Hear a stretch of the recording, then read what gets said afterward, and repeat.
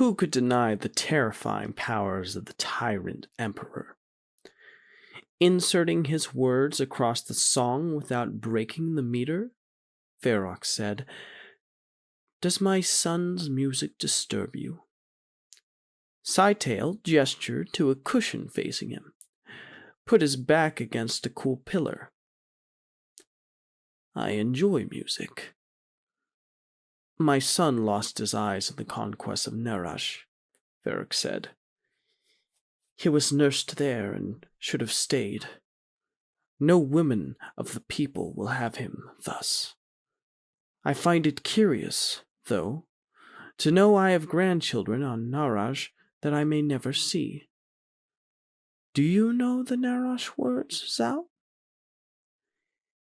"In my youth, I toured there with a troop of my fellow face dancers," Cytail said. "You are a face dancer, then," Ferox said. "I had wondered at your features. They reminded me of a man I knew here once." "Duncan, Idaho?" "That one, yes. A swordsmaster in the Emperor's pay." "He was killed, so it is said." "So it is said," Ferox agreed. "Are you truly a man, then?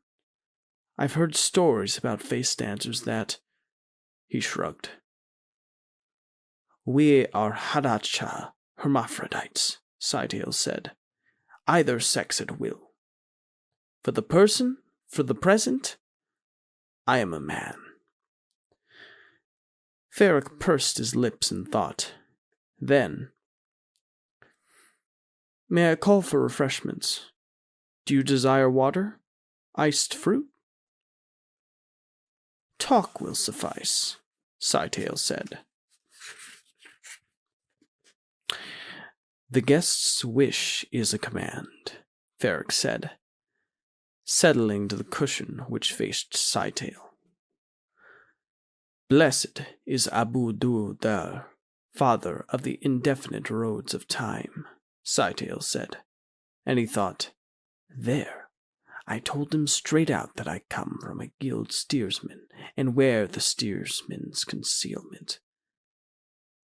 "Thrice blessed," Ferox said, folding his hands onto his lap in the ritual clasp. They were old, heavily veined hands. "An object seen from a distance betrays only its principle," Cytail said, revealing that he wished to discuss the Emperor's fortress keep. "That which is dark and evil may be seen for evil at any distance," Ferox said, advising delay. "Why?" Cytail wondered.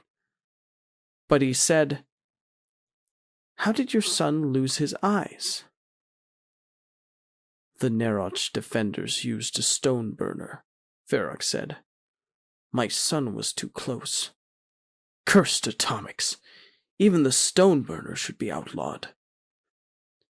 "It skirts the intent of the law," Cytail agreed, and he thought, "A stone burner on Nerash? We weren't told of that. Why does this old man speak of stone burners here?" "I offered to buy Talek-Su eyes for him from your masters," Ferox said. "But there's a story in the legions that the Talek-Su eyes enslave their users. My son told me that such eyes are metal, and he is flesh, that such a union must be sinful." "The principle of an object must fit its original intent," Cytail said, trying to turn the conversation back to the information he sought. Ferox's lips went thin, but he nodded. "Speak openly of what you wish," he said. "We must put our trust in your steersman." "Have you ever entered the Imperial Keep?" Cytail asked. "I was there for the feast celebrating the Molitor victory. It was cold in all that stone despite the best Ixian space heaters. We slept on the terrace of Alia's fane the night before.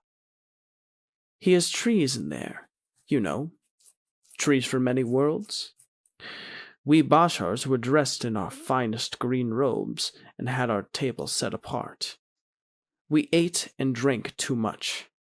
I was disgusted with some of the things I saw. The walking wounded came, dragging themselves along on their crutches. I do not think our Muad'Dib knows how many men he has maimed.